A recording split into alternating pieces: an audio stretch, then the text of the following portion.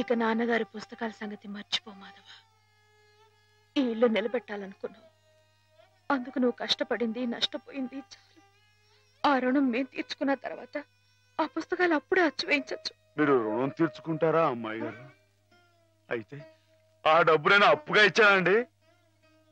ఆ మాత్రం డబ్బుకే మీరు రుణం అనుకుంటే అయ్యా అమ్మా ఏ దిక్కులేని నన్ను చిన్నప్పటి నుంచి అయ్యగారు సాకారే. మరి ఆయనకి ఎంత రుణపడి ఉంటానండి? అయ్యగారు లేరు కదా అని మీ ఇష్టం మాట్లాడితే పాస్ అయిపోద్ది అనుకోమాకండి. అది కాదు మాధవ, నా ఉద్దేశం అది కాదు.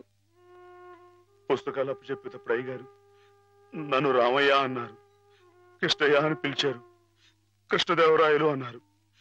నేను నిజంగా అంతటి గొప్ప అని కాకపోయినా కనీసం వాళ్ళ మంచితనంలో కొంతని చూపించుకునేవండి. నీకు మించిన బరువును మోస్తున్నావనే కానీ మరేం లేదు మాధవ.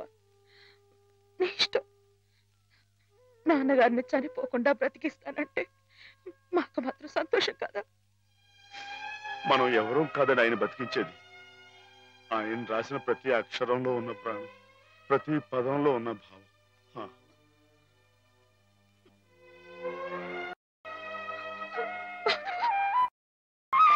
అమ్మాయి గారు, అమ్మాయి గారు ఊరుకోండి. అమ్మాయి గారు ఊరుకోండి.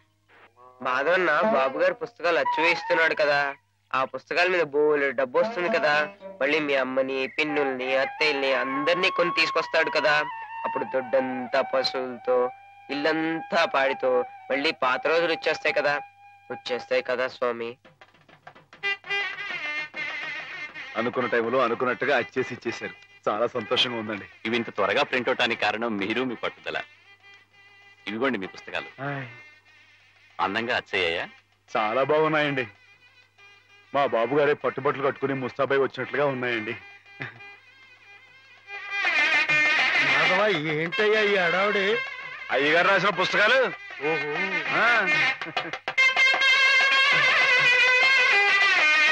ఆగండి ఆగండి. ఇదేంటి పిచ్చి ఆసుపత్రి బండి ఉందండి ఇక్కడ?